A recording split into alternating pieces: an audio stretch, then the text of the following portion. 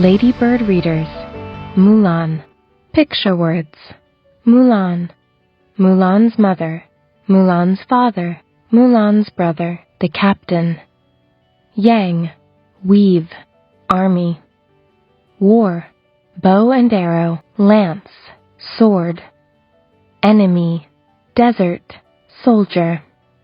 Many years ago, in the north of China, a beautiful young woman called Mulan lived with her parents and her young brother. She loved her family very much. One morning, Mulan was weaving, but she was not looking at her work. She was very unhappy.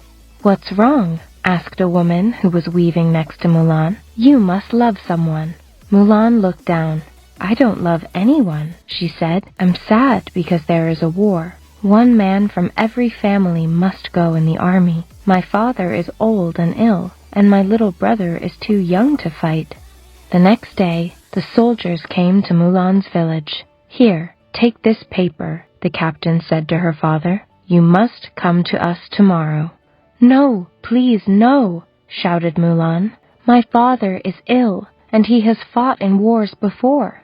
"If he's the only man in your family, then he must fight," said the captain. The Fa family! No.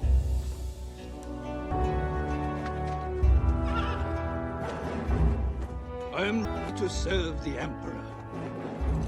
Father, you can't go. Mulan, you dishonor me.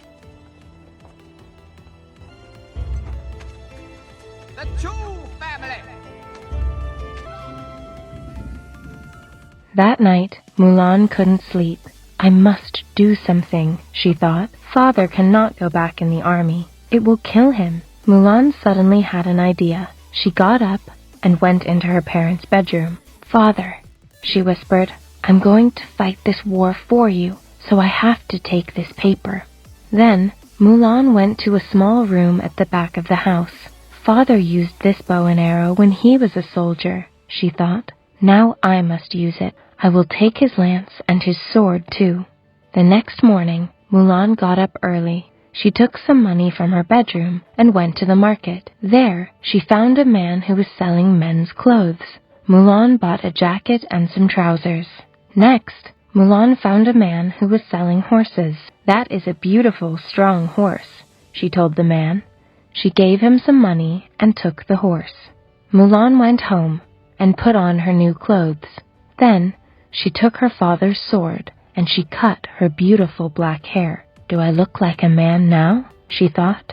"Goodbye, mother. Goodbye, father. Goodbye, my little brother. I love you all," Mulan whispered as she rode away from her village. When Mulan's parents woke up, they saw that their daughter's bedroom was empty. "My paper is not here," said her father. "She has taken all her money and cut her beautiful hair. She has gone to fight in the army for me.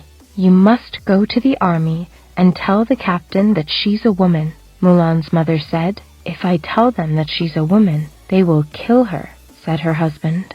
All that day, Mulan worked hard at being a soldier.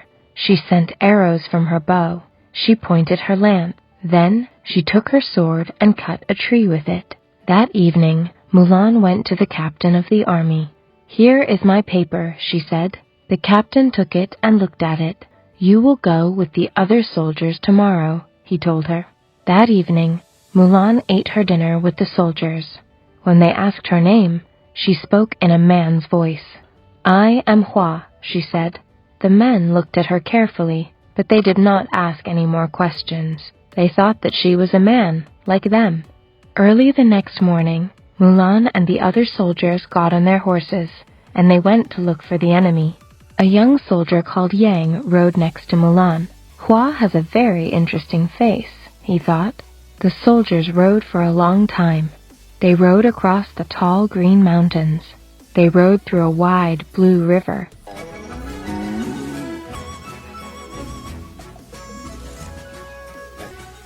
They rode through great, hot desert. 3 months went by. Then one morning, after another hot desert, they rode up a hill and saw a great army on the other side. "Look, Hua, it's the enemy," whispered Yang. Suddenly, the captain kicked his horse, and it began to run at the enemy. Mulan, Yang and the other soldiers got their lances ready and followed him. Soon everyone was fighting, and many soldiers were killed. Mulan was not frightened. She sent one arrow after another, and one by one the enemy soldiers fell from their horses. "Wow," said Yang. "Look at Hua. He fights well. He's a great soldier."